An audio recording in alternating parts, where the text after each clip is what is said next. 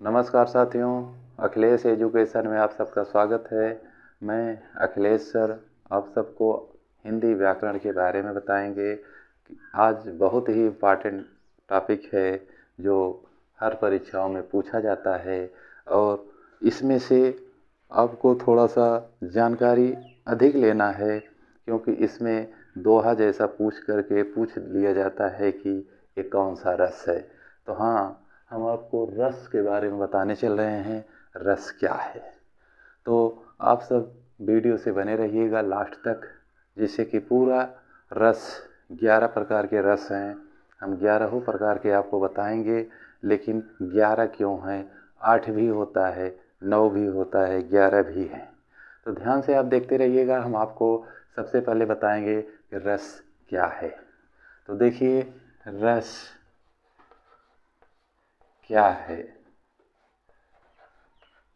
रस क्या है आप देखते रहिए, और जो त्रुटियां होती हैं उसको आप कमेंट बॉक्स में कमेंट कर सकते हैं, क्योंकि गलतियां तो सबसे हो जाती हैं, बोलने में हो जाता है। तो आप कमेंट बॉक्स करें। कमेंट बॉक्स में अगर आप इसका कमेंट करेंगे क्या गलतियां हो गई हैं, बोलने से गलतियां हो ही जाती हैं, तो इसके लिए माफ़ करिएगा। आइए हम देखते हैं रस क्या है। रस क्या है, तो ध्यान से देखिएगा, इसका अर्थ भी समझ लीजिए कि रस का शाब्दिक अर्थ होता है आनंद। काव्य को पढ़ने या सुनने से जिस आनंद की अनुभूति होती है उसे रस कहा जाता है। ध्यान दीजिएगा, पाठक या श्रोता के हृदय में स्थित अस्थायी भाव ही विभावाद से संयुक्त होकर के रस रूप में परिणित हो जाता है। ये तो रस का परिभाषा था। अब इसे क्या कहते हैं, रस को क्या कहा जाता है? रस को काव्य की आत्मा कहा जाता है, प्राण तत्व माना जाता है। रस बहुत ही महत्वपूर्ण है, जिस रस का प्रयोग हर जगह पाया जाता है। जैसे काव्य होता है, कोई कविता होता है, कोई गीत होती है, तो उसमें जो रस का प्रयोग किया जाता है वही रस हम बताने चल रहे हैं कि रस क्या है। तो आप वीडियो से बने रहिएगा। हम आपको आगे बता रहे हैं कि रीतकालीन आचार्य चिंतामणि ने लिखा है। रीतकालीन आचार्य चिंतामणि ने लिखा है कि जो सुन पड़े वो शब्द है, जो सुन पड़े वो शब्द है, समझ पड़े सो अर्थ।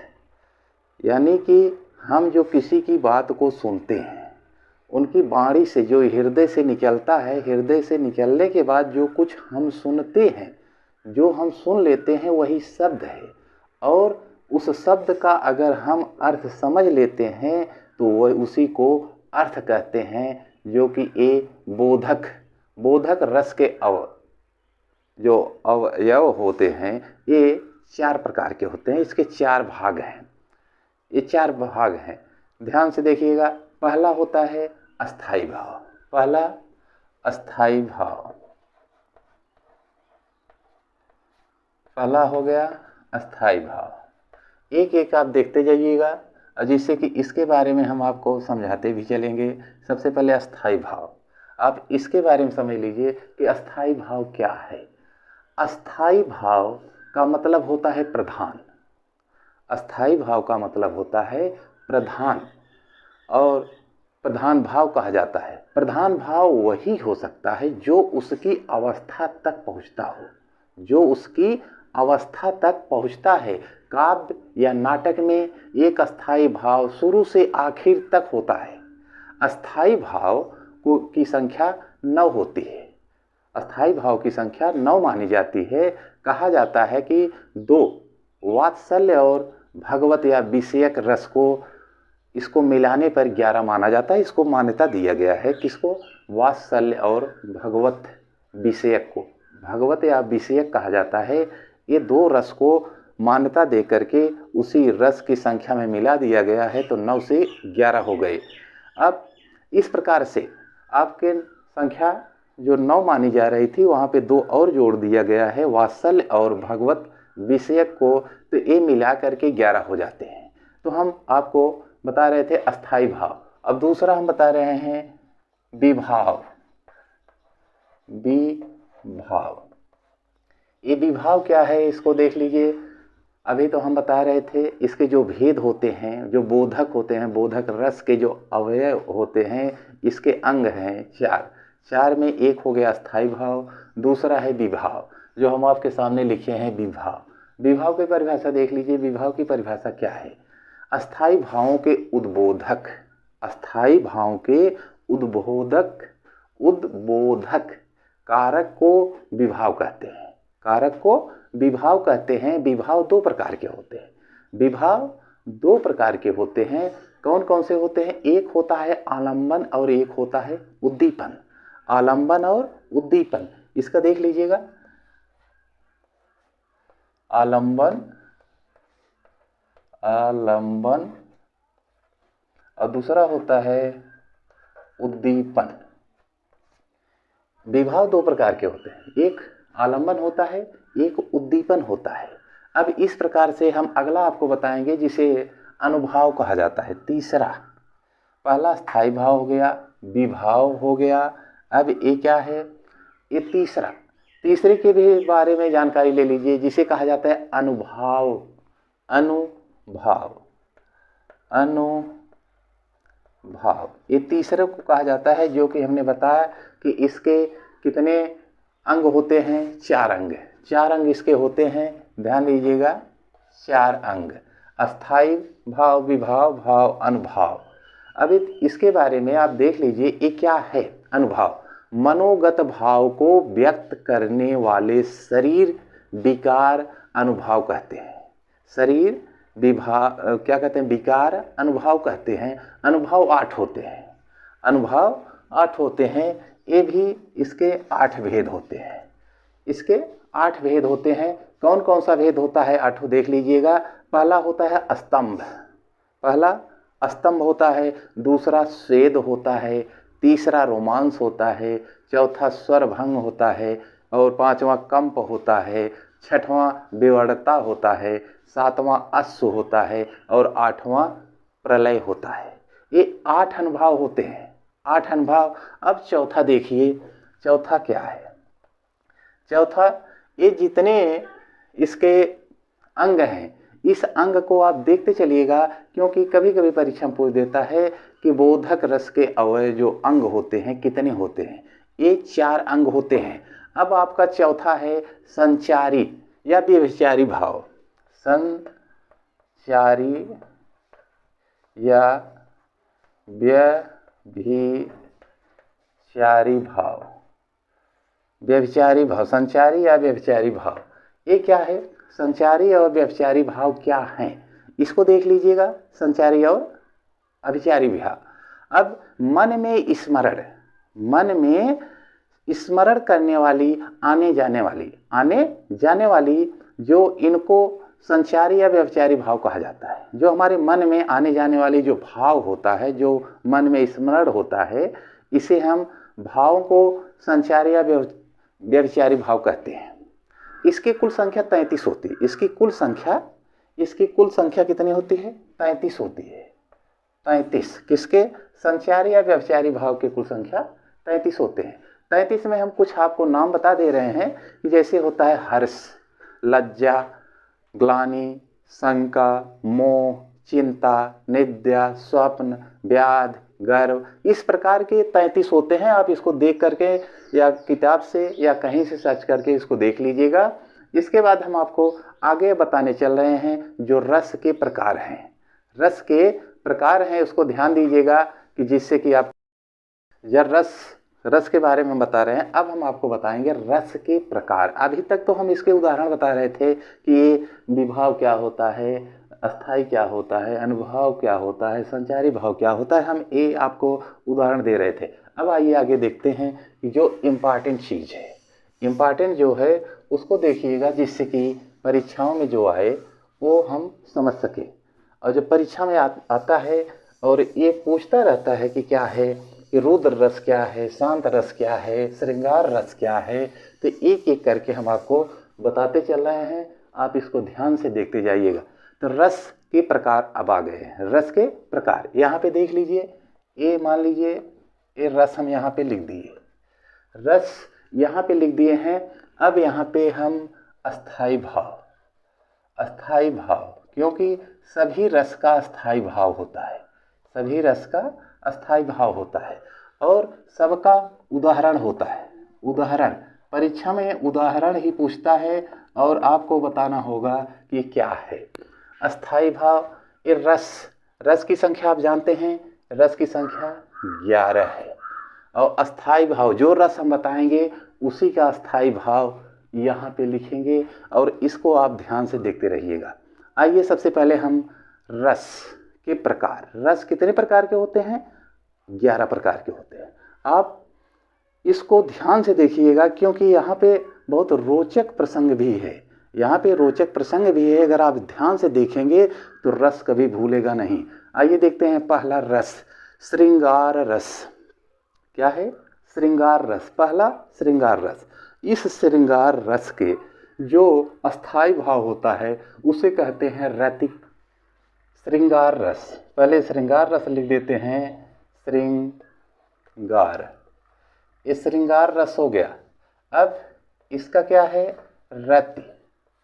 अस्थाई भाव, अगर परीक्षा में पूछता है कि श्रृंगार रस का अस्थाई भाव क्या है तो दो होता है, रति या प्रेम, रति या प्रेम। अब देख लीजिए, श्रृंगार रस का अस्थाई भाव, परीक्षा में पूछता है कि श्रृंगार रस का अस्थाई भाव क्या होगा, तो श्रृंगार रस का अस्थाई भाव रति प्रेम होगा, रति प्रेम होगा। अब ये परीक्षा 2016 में पूछा गया था, श्रृंगार रस का अस्थाई भाव क्या है। रेलवे की परीक्षा में आया था, रेलवे की परीक्षा में पूछा था कि श्रृंगार रस का अस्थाई भाव क्या होगा, तो रति या प्रेम होगा। ये इस प्रकार से प्रश्न पूछा जाता है। अब हम आपका इसका उदाहरण बताते हैं कि इसका उदाहरण क्या है मुख्य रूप से। आइए देखते हैं। जो श्रृंगार रस होता है ये संयोग या श्रृंगार, संयोग जो श्रृंगार होता है ये भी दो प्रकार का होता है। एक होता है कि चलिए पहले हम पहला ही देखते हैं, श्रृंगार जिसे कहते हैं संयोग श्रृंगार। संयोग श्रृंगार का हम इसका उदाहरण बता रहे हैं। बरतस लालच लाल की,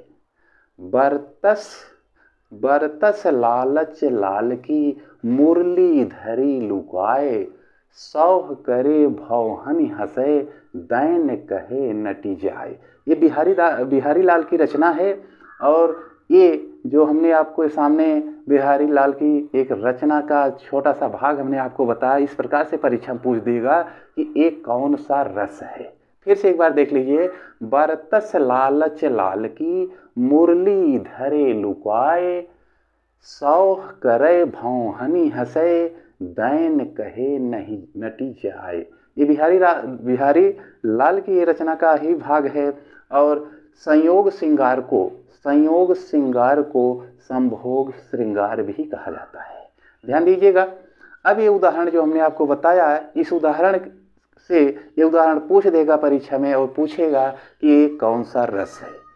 फिर ये पूछेगा कि ये कौन सा, इसका अस्थाई भाव क्या निकल रहा है। अस्थाई भाव या रति प्रेम का अस्थाई भाव इसमें निकल रहा है। आइए हम चलते हैं दूसरी तरफ चलने से पहले हमने कहा था कि ये दो प्रकार का होता है।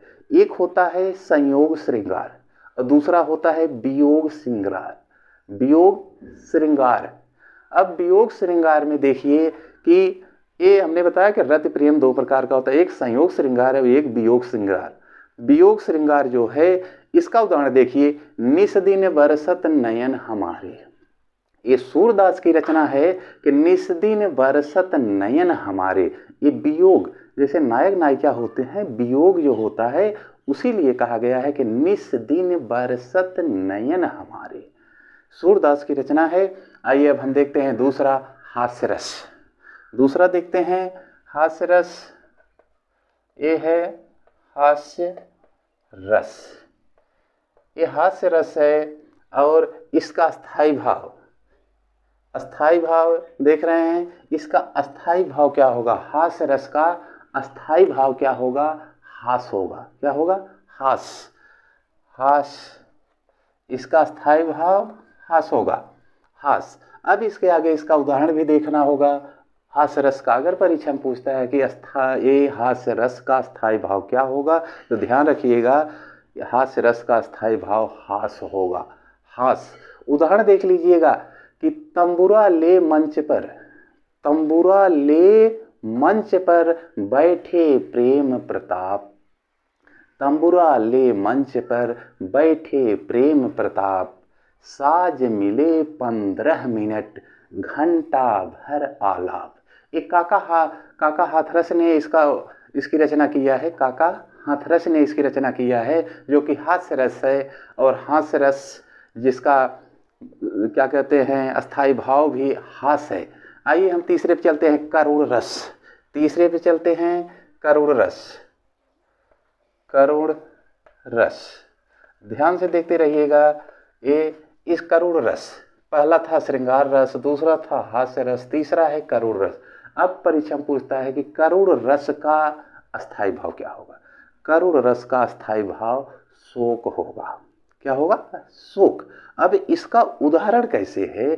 अगर परीक्षा में उदाहरण पूछता है, उदाहरण दे करके पूछेगा कि कौन सा रस है, उदाहरण दे करके पूछेगा कि इसका अस्थाई भाव क्या है। करुण रस का अस्थाई भाव शोक होता है। शोक।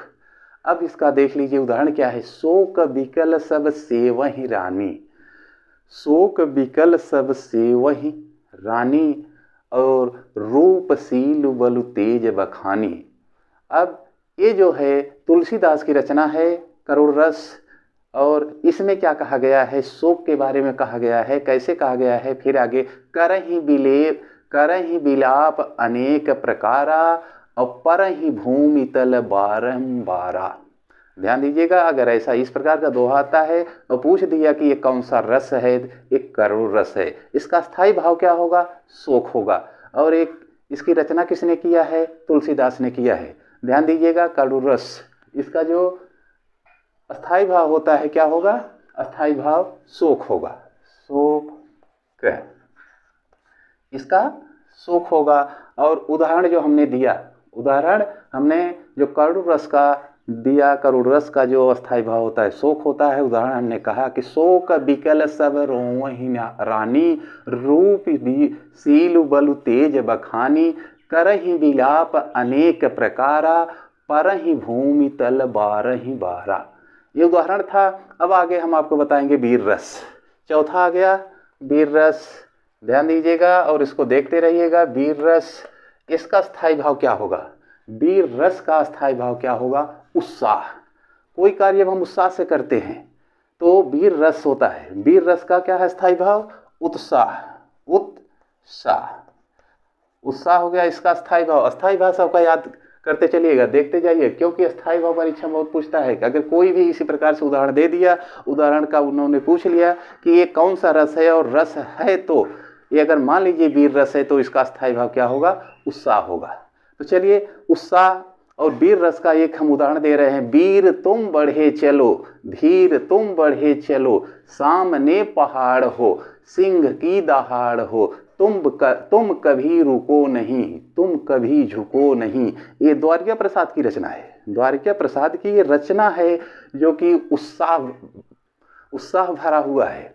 और ये इसी प्रकार से अगर दोहा दे दिया और पूछ दिया कि कौन सा रस है, ये कौन सा रस है, तो वीर रस हुआ। और ये कौन सा इसका अस्थाई भाव है, तो ध्यान दीजिएगा, उत्साह। क्या? उत्साह। अब आगे हम आते हैं रौद्र रस।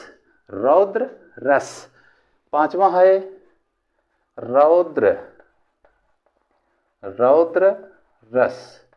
रौद्र रस, और इसका अस्थाई भाव क्या होगा? रौद्र रस का अस्थाई भाव होगा क्रोध। रौद्र रस का अस्थाई भाव क्या होगा? क्रोध होगा।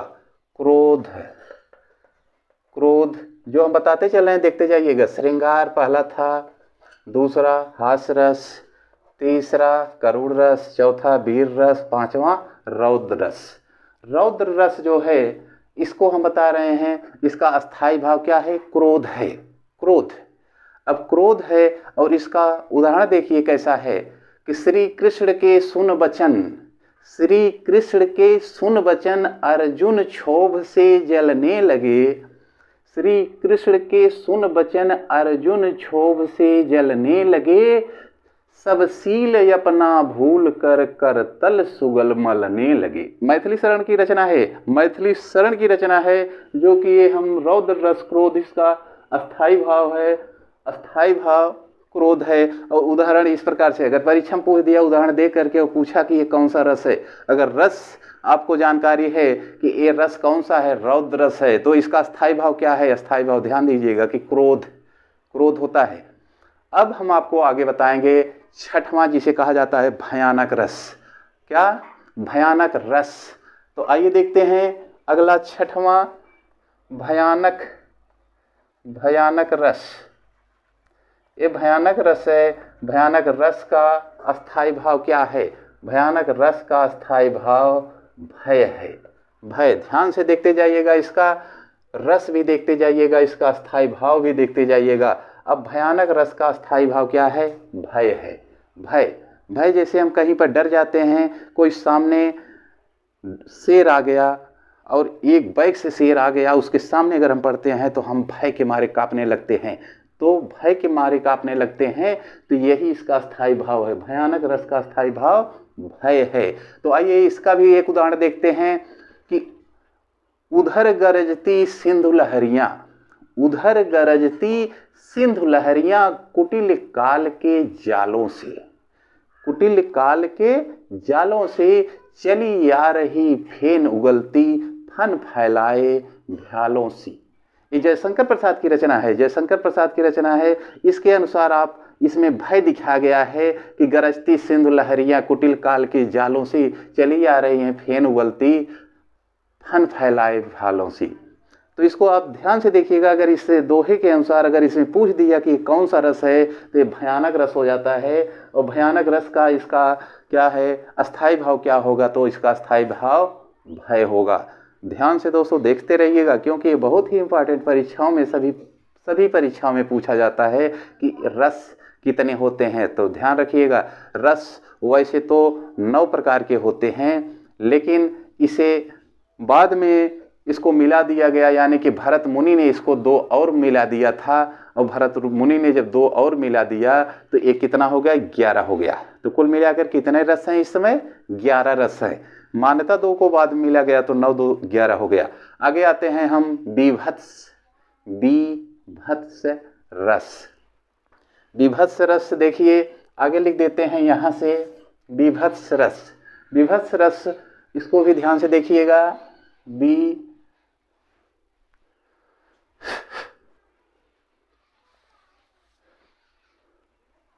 बीभत्स रस, बीभत्स रस। ये हो गया रस। ये कौन सा रस है? 7वें नंबर पर है। इसका स्थायी भाव देखिए क्या होगा? बीभत्स जो रस होता है, इसका स्थायी क्या भाव क्या होगा? जुगुस्सा, जुगुत्सा। ये जुगुत्सा, इसका स्थायी भाव क्या है? जुगुस्सा है।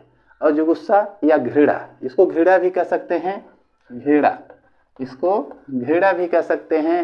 ये स्थायी भाव हुआ। अब आगे हम देखते हैं कि जो विभत्स का स्थायी भाव क्या है? घृणा है या जुगुस्सा है। अब इसका उदाहरण क्या है?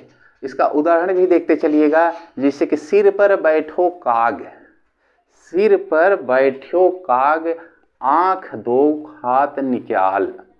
जैसे कि कोई मरा हुआ जानवर होता है, मरे हुए जानवर के ऊपर कौवा सिर पर बैठ करके उसकी आंख निकाल के खाता है, उसी का वर्णन किया जा रहा है। कि क्या किया जा रहा है? सिर पर बैठो काग आंख 2 हाथ निकारत खींचत जीभै सियार, खींचत जीभै सियार अति आनंद उर्ग धारत। ये भारतेंदु हरिश्चंद्र की रचना है, और जिसमें किसमें किया गया है? बीभत्स रस में, जुगुस, घृणा, जिसको देखने के बाद हमको घृणा हो जाती है। जब किसी को ऐसी घटनाओं को देख करके जब हमारे मन में घृणा उत्पन्न हो जाता है, जुगुस्सा हो जाती है, तो ये बीभत्स रस की अस्थाई भाव है, इसका अस्थाई भाव है। अब हम आपको आगे बताने चल रहे हैं जिसे कहा जाता है अद्भुत रस।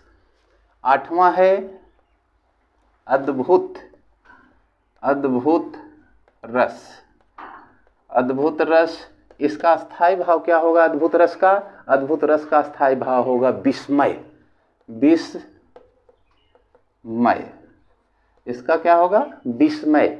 और विस्मय, और इसका जो क्या कहते हैं, आश्चर्य भी होगा, विस्मय का आश्चर्य भी होगा, इसका अस्थायी भाव। अद्भुत रस का विस्मय और आश्चर्य, आश्चर्य, आश्चर्य भी होगा। आइए इसका भी उदाहरण देखते हैं। अद्भुत रस का, इसका अस्थायी भाव विस्मय या आश्चर्य।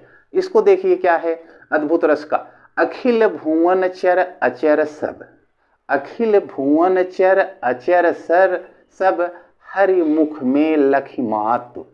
यानी कि कृष्ण भगवान जब छोटे थे और माटी खा रहे थे, उनकी माता ने कहा कि क्या खा रहे हो, तो कृष्ण भगवान ने अपना मुख नहीं खोला, अपना मुख नहीं खोला। फिर उनकी माता ने कहा कि नहीं, मुंह को खोलिए। जब उन्होंने मुख को खोला, मुख को खोलने के बाद उन्होंने देखा कि उस मुख में, भगवान कृष्ण के मुख में पूरा ब्रह्मांड दिखाई दे रहा था। वही बात यहाँ पे हो रही है, वही बात हो रही है। आश्चर्य की बात है, आश्चर्य की बात वही है जो हमारे सामने ऐसी आश्चर्यजनक बातें आ जाती हैं जिससे हम क्या हो जाते हैं, एकदम विस्मय हो जाते हैं, आश्चर्य हो जाते हैं। वही लिखा गया है, अखिल भुवन चर अचर सब हरि मुख में लख मातृ, मातृ और खींचत जी, सॉरी दोस्तों, हम बता रहे थे अखिल भुवन चर अचर सब हरि मुख में लगी मातु और चकित भई गद गद बचन विकसित दृग पुलकातु। ये सेनापति की रचना है, सेनापति की रचना है। और सेनापति की रचना में इसका वर्णन किया गया है अद्भुत रस का, कि ये कौन सा रस होगा, अद्भुत रस होगा। अद्भुत रस का जो अस्थायी भाव क्या होगा, विस्मय होगा, यानी कि आश्चर्य होगा। ऐसी बातें होती हैं जिसमें हम आश्चर्य से देखते रहें। यानी जब कृष्ण भगवान अपना मुख खोले तो उनकी माता मुख के अंदर देख करके आश्चर्य में पड़ गई कि इस छोटे से बालक के मुख में पूरा ब्रह्मांड दिखाई दे रहा है, और जिससे कि वो बेहोश हो गई। फिर आगे हम आपको बताने चल रहे हैं, ये तो था 8वां, 9वां बता रहे हैं। 9वां क्या है, 9वां है शांत रस। 9वां है शांत रस, जिसे निर्वेद, इसका स्थायी भाव क्या होता है, निर्वेद। आइए देखते हैं, शांत रस। ये भी 2018 में परीक्षा में पूछा गया था कि शांत रस का स्थायी भाव क्या होता है। शांत रस का अस्थायी भाव क्या होता है, ध्यान दीजिएगा, ये बहुत ही इंपॉर्टेंट है। शांत रस का अस्थायी भाव क्या होता है, निर्वेद। इसका क्या होता है, निर्वेद या सम, शांत रस का स्थायी भाव निर्वेद या सम होता है। ध्यान दीजिएगा, शांत रस का स्थायी भाव सम या निर्वेद। इसका भी उदाहरण है, उदाहरण देखते चलिएगा, क्योंकि इसी प्रकार से उदाहरण पूछ करके परीक्षा में आएगा कि उदाहरण पूछ दिया, उसके बाद पूछेगा कि कौन सा रस है। इसके बाद पूछता है कि रस है तो इसका स्थायी भाव क्या होगा। तो आइए देखते हैं शांत रस का निर्वेद का जो इसका स्थायी भाव है। मन रे तन कागज का पुतला, मन रे तन कागज का पुतला। एक कबीरदास ने लिखा है, मन रे तन कागज का पुतला। कबीरदास ने लिखा है शांत रस जो कि निर्वेद, इसका स्थायी भाव निर्वेद होता है और सम भी होता है, इसका स्थायी भाव सम भी होता है। अब इसके बाद हम आपको बताने चल रहे हैं 10वां कौन सा है, जो रस, जो कि हम बताए हैं कि 11 रस होता है। 10वां रस कौन सा है, तो 10वां रस ध्यान दीजिएगा, वात्सल।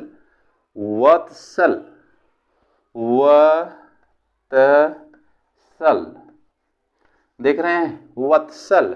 और इसका स्थायी भाव क्या होगा, इसका स्थायी भाव होगा वात्सल।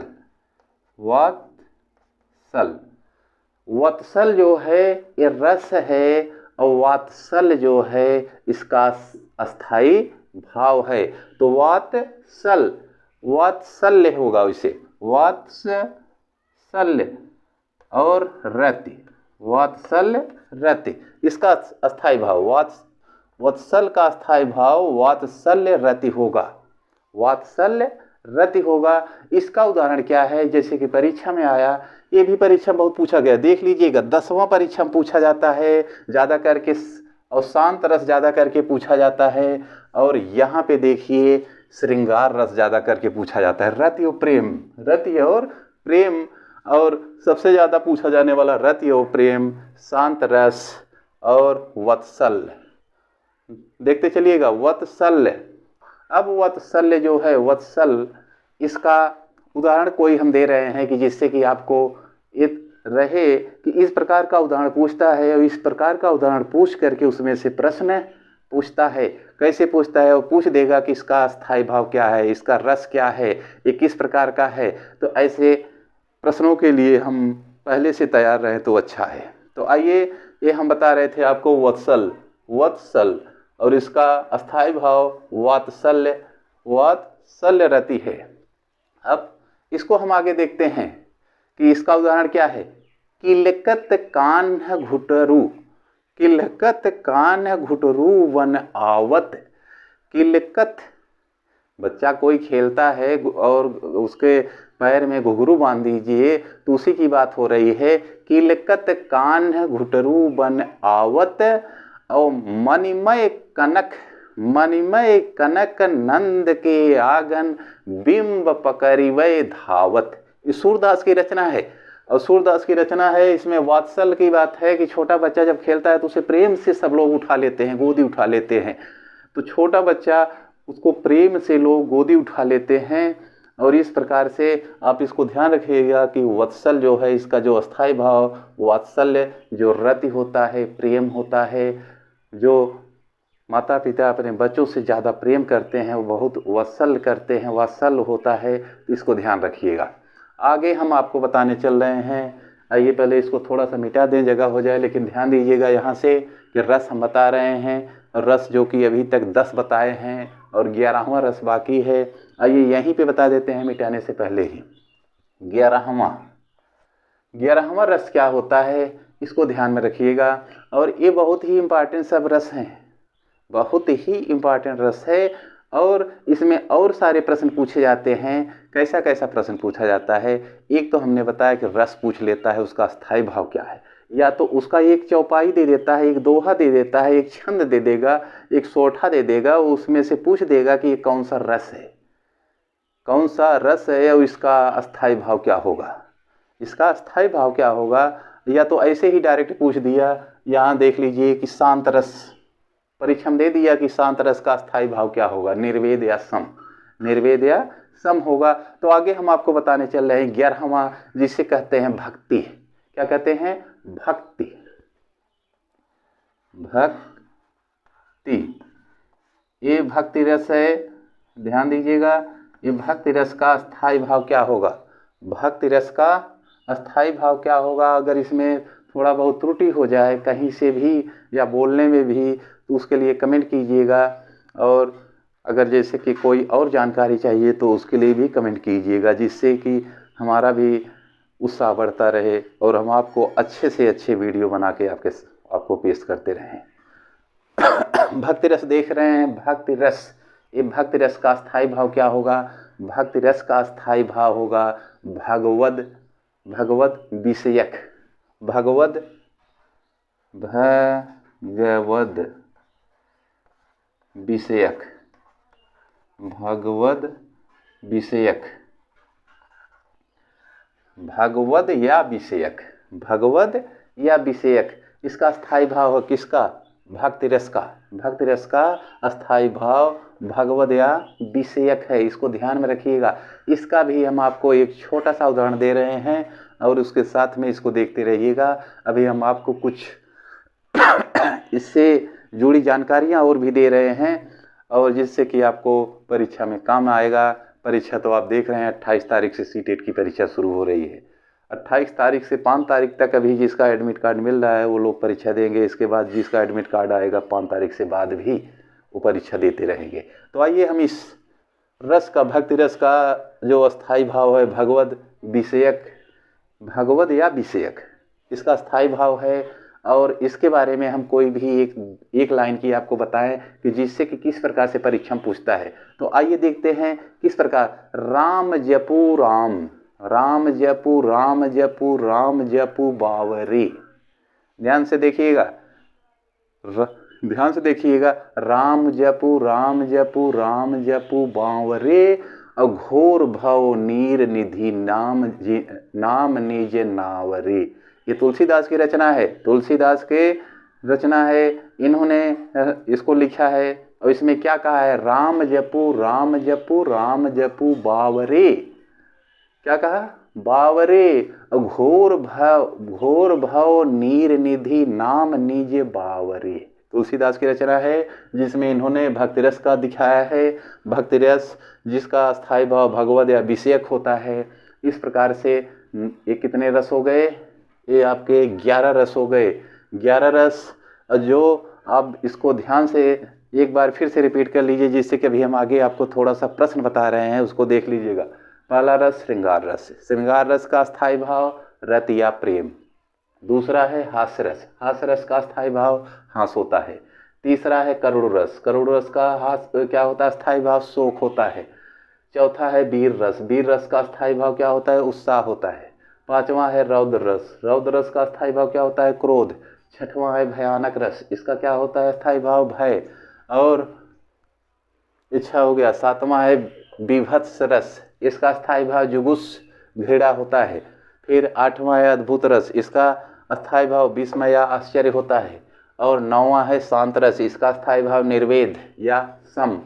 और 10वां है वत्सल और इसका स्थायी भाव वात्सल्य रति होता है, वात्सल्य रति होता है। और 11वां है भक्ति रस, 11वां है भक्ति रस, इसका स्थायी भाव क्या होता है, भगवत और विषयक, भगवत विषयक होता है। आइए हम आपको और चीज़ें और ज्ञान की बातें बताते हैं। और ये हिंदी का दोस्तों, हिंदी जो है, हिंदी का व्याकरण जो है, हिंदी का जो साहित्य होता है, हर परीक्षाओं में इससे प्रश्न आते हैं। इसको आप ध्यान से पढ़िएगा।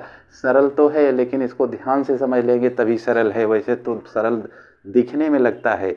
और दोस्तों अगर हमारा जो चैनल है, अगर आप लाइक नहीं किए हैं तो लाइक कर दीजिएगा और अपने दोस्तों को शेयर कर दीजिएगा। आगे हम बताने चल रहे हैं, क्या बता रहे हैं, श्रृंगार रस को। श्रृंगार रस ये देख रहे हैं, पहला श्रृंगार रस है, श्रृंगार रस जिसका अस्थायी भाव रति प्रेम है। तो श्रृंगार रस को रसराज रसपति कहा जाता है। ध्यान दीजिएगा, श्रृंगार रस को रसराज, श्रृंगार रस को रसराज या रसपति कहा जाता है। रस, श्रृंगार रस को रसराज या रसपति कहा जाता है। फिर कुछ ऐसे ही इम्पॉर्टेंट चीज़ हम आपको और बता रहे हैं, उसको भी ध्यान में रखिएगा, जिससे कि आपके आने वाले समय में जो परीक्षा है उस परीक्षा में आप बैठे, अगर आप हमारा वीडियो देखे रहेंगे तो इससे एक प्रश्न जरूर बनेगा रस से संबंधित, इससे कि आपको जानकारी हो जाएगा। आइए हम आगे आपको क्या बता रहे हैं। अगला है भरत मुनि पहली शताब्दी में, भरत मुनि, आचार्य भरत मुनि पहली शताब्दी में काव्य शास्त्र का प्रथम आचार्य, काव्य शास्त्र का प्रथम आचार्य माने गए हैं। पहली शताब्दी में वो काव्य शास्त्र के प्रथम आचार्य माने गए हैं। ध्यान दीजिएगा, अगर परीक्षा में पूछ दिया कि प्रथम आचार्य किसको माना गया है तो भरत मुनि को पहली शताब्दी में प्रथम आचार्य माना गया है। फिर आगे हम बता रहे हैं आपको कि सर्वप्रथम आचार्य भरत मुनि को रस संप्रदाय का पूर्ण प्रवर्तक माना जाता है। फिर से देख लीजिए कि सर्वप्रथम आचार्य भरत मुनि को रस संप्रदाय का प्रवर्तक माना जाता है। ध्यान दीजिएगा, ये हम आपको बहुत ही इम्पोर्टेंट क्वेश्चन भी बता रहे हैं। अगर परीक्षा में पूछ दिया कि रस संप्रदाय का प्रवर्तक किसे माना जाता है तो आप ध्यान दीजिएगा कि रस प्रवर्तक के जो प्रवर्तक हैं वो माने जाते हैं आचार्य भरत मुनि को। ध्यान दीजिएगा दोस्तों, ये आज हम आपको रस के बारे में बता रहे थे। इसके पहले हम आपको हिंदी वर्णमाला के बारे में बताए थे, फिर संध के बारे में बताए, फिर कारक के बारे में बताए, फिर समास के बारे में बताए। आज हमने रस के बारे में बताया है। अब हम आपको अगली वीडियो में बताएंगे कुछ व्याकरण से ही संबंधित, जैसे क्रिया होता है, कौन सी क्रिया है, और से सारे चीज़ हैं, जैसे कि होता है तत्सम है कि तद्भव है, विकारी शब्द, अविकारी शब्द। हम सारी चीज़ों को, व्याकरण से संबंधित सारी चीज़ों को आपके सामने लाएंगे। केवल आप वीडियो से बने रहिएगा और रोज प्रतिदिन प्रतिदिन जैसे आ गया, प्रतिदिन हम कहने जा रहे थे, तो प्रतिदिन कौन सा समास होगा? तो हम बताए भी हैं कि जिस शब्द में, जिस समस्त शब्द का पहला शब्द या पूर्व पद अगर जो उसमें होता है कि हम आपको अभी पिछली क्लास में बताए थे कि अगर प्रतिदिन आ जाए तो प्रतिदिन को आप कैसे पहचानेंगे कि ये कौन सा समास है? कर्मधारय है कि तत्पुरुष है कि अव्ययी है, बहुब्रीहि है?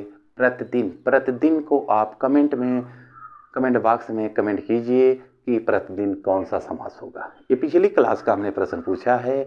इस प्रकार से हम 1-2 प्रश्न पूछते रहेंगे, जिससे आप इसका उत्तर देते रहिएगा, जिससे कि आपको भी अगर याद हो जाए, पढ़ रहे हैं तो अच्छी बात है। तो दोस्तों, अब हम कल मिलेंगे अगली क्लास में। तब तक के लिए नमस्कार।